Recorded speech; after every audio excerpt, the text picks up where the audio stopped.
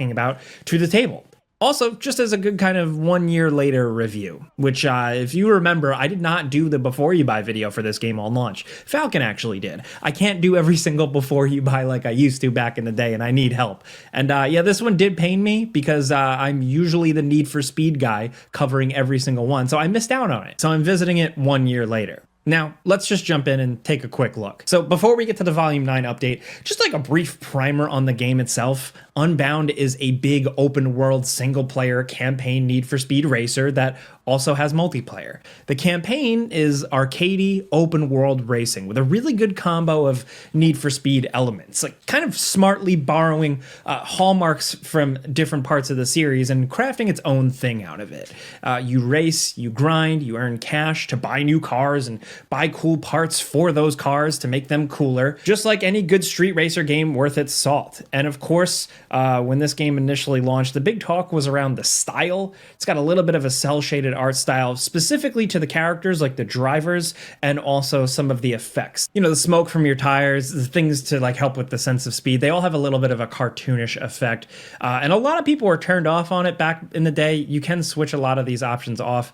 It's not really a big deal. If anything, I think they should have went a little bit more into this style, but still, it's something a little bit different to help it stand out. The driving itself, there are a lot of options to tune how it plays, but by default, which I stuck with, and I'm still getting used to, I'm clearly not very good, but it is very, very arcadey and very tap the brake and then pull to a direction to drift hard. I think this is fun. I think this is very arcadey, and I love my hardcore realistic racing sims. I like a Forza Motorsport. I love a Gran Turismo, but sometimes I just want to have fun and drift around. And I think these controls really do it justice. Is it the best drifting controls in the series? I don't know about that. They've tried it in a couple of different ways and messed with it, but bottom line, either way, it is pretty fun. The world they built here too, Lakeshore, is awesome. It's straight up Chicago. Like, it's fictional Chicago, but like when you look at it, I've been to Chicago enough times to go, oh, okay, this is pretty much Chicago in a lot of sense. But it makes for a good racing arena, and there's a lot of variety to it. You have the countryside, you have the city itself, you have the city outskirts, you have all that stuff, and there's a lot to it, and I think it really works. What doesn't really work for me is the characters and the dialogue stuff.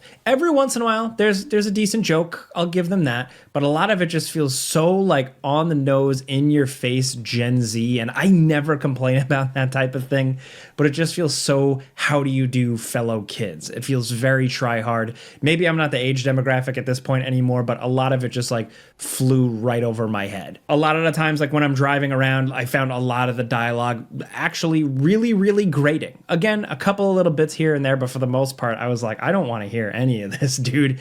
But thankfully, again, the focus is all on the open world racing, and it's creative how it does it, right? It throws you in during the day. You could do races and jump in and stuff like that. But then at night, that's when there are bigger buy-ins for the races, but that's also just like where the better races are with more rewards and stuff like that. But you're worried about building heat, meaning how much cops will chase you, how quickly they'll identify you, and how hard they'll pursue you. So it's a really good balance of night and day street racing culture stuff we've seen from Need for Speed games, as well as police chase and heat stuff we've seen from Need for Speed games. It's just a good addictive combo. And that's what this game wants, because there's a lot to grind through, a lot to collect, a lot of ways to upgrade and change your cars. And yes, I still think it's a little bit grindy, and some people aren't going to like that. But I think if you like the racing enough and the environment enough, it's going to be for you. You're going to be able to dump a bunch of time into this. It also does have Battle Pass stuff and like EA stuff that I don't really like. I don't really care. I'd rather just progress and unlock and grind the old-fashioned way instead of having this like fancy little XP Battle Pass thing in front of me.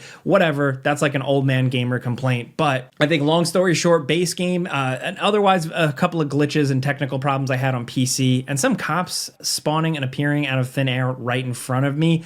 Other than that, it still seems like a good game to play in 2024. Is it worth it? I said, yeah, if you get it on discount, or if you were like me, you didn't have time to get to it last year.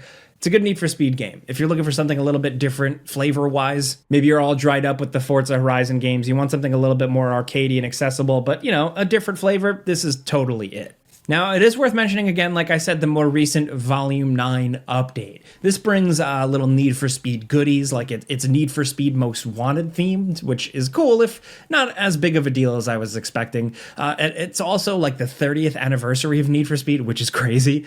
So there's some new unlockables and stuff. And new to the game are the glamorous new vehicles. And I'm not being sarcastic here. The Honda Integra Type R and the classic Subaru Impreza WRX STI, which it just feels perfect for early 2000s Need for Speed throwbacks. They know what they're doing here. There are also motorcycles now, which I just want to be perfectly clear on. They are absolutely insane and awesome. They kind of ditch a lot of the feel, like of the stylized drifting racing, but what they make up for it with is a sense of blinding, like insane, exhilarating speed. Like really good aggressive sound effects and just really, really good handling and motion make you feel like you can like rip apart the entire map in just a few minutes. It's absolutely bananas, and I love driving these things. They almost feel like they kind of break the game a little bit because it's even easier to escape from the cops. Now, you're taking advantage of the bike and stuff in the biggest thing to come to Volume 9, arguably, it's Lockdown. Lockdown is a multiplayer mode designed to, keep you constantly racing and competing, and it's got a surprising amount of depth to it. It's like its own whole thing. It's kind of like an extraction shooter style game, but for racing, but also with like the closing circle of a battle royale. There's a lot to it, and it's actually kind of overwhelming at first. Essentially, you and other competing players are dropped onto the map and are free to drive around and engage in small activities to earn, and also crash into crates and stuff that have cash. Along with that, there are also these kind of like weapon pickups that you can crash into that you can engage to get a little bit of an advantage over the police or other players. Now, as you're doing all this stuff, you're being guided by the voice of the kind of overseer to these, a guy named Racer X. Things will pop up on the map like lockups, which you can then race to earn more and jack a different ride. As you're doing all this stuff, everything is escalating. Heat is rising, so more and more cops are pursuing, and very quickly things can get really hairy. And along with that, more sections of the map are getting kind of zoned off by a wall of police EMP that'll mess you up. Also, while doing all this, you can jump into races and stuff. So essentially, you steal a car or like rack up a ton of cash, and then you wait for an extraction truck to appear on the map, all while trying to survive the escalating police presence and, get more cash than other players. You find a truck that'll pop up on the map here and there, these extraction trucks. You will chase them down and then try and hold that extraction truck long enough to then unlock the extract option to get out of the mode, but then you unlock that rare car that you stole or all that earned cash. The game gives you a very, very busy map that you can, whip up at any point to see where things are, other players, extraction trucks, cash opportunities, vehicles to steal, stuff like that. And along with that, there are also contracts you can engage in to get more bonuses. Kind of like little things you can trigger before jumping into a match with specific targeted objectives to check off to then earn more. Like we've seen it before in a lot of games, but it is just another thing they're dumping on here. There are 4 of these contract sets for you to work through, so there is quite a bit here, including the blacklist ones. Those, of course, are the ones where you get the vehicles from the lockups to extract and keep them. Those are a big deal, and apparently, and I haven't done this yet, but according to EA and the developers, if you collect every blacklist contract, you unlock the original Need for Speed Most Wanted BMW M3 GTR. We all know it, from the cover. It's like a legendary car, so there you go. It is a crazy mode, and it is designed to keep you engaged like every fraction of a second while also just earning a bunch of stuff. It feels like manic or like low attention span with the amount of things happening at once. It is crazy, but it is also really fun.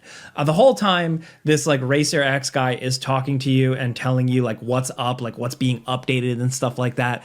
And he's really annoying. Just like the main game, I kind of just want all the voiceover, all that stuff to just stop. This guy is constantly chirping as you're playing, and that's probably my only big complaint for Lockdown. Otherwise, it's cool, and like I said, the amount of depth is pretty surprising. And I think even if it's not for everyone, I think a core player base, this is going to keep them playing for quite a bit. There's little things too, like I said, the bike, which when you get the bike, you're way faster, you feel like you have way more of an advantage, and also you can drive through those EMP zones quicker. There are like a lot of little things like that. There's a lot to wrap your head around. You can see from the gameplay here, it took me a while to really get the ropes of it, if I'm being honest, but it is a cool mode. That's really it though. We thought some of you guys were curious about this, and we were personally curious, so we jumped in to see what Volume 9 was really all about. It doesn't feel like this massive big overhaul of the entire game or an expansion, but the little added goodies are cool. And honestly, an excuse to jump into a Need for Speed game is always good. I just really, really like this series. And I'm going to continue to play Unbound now, because like I said, I didn't get to it last year. So that's really it. That's a quick before you buy. You know how this goes by now.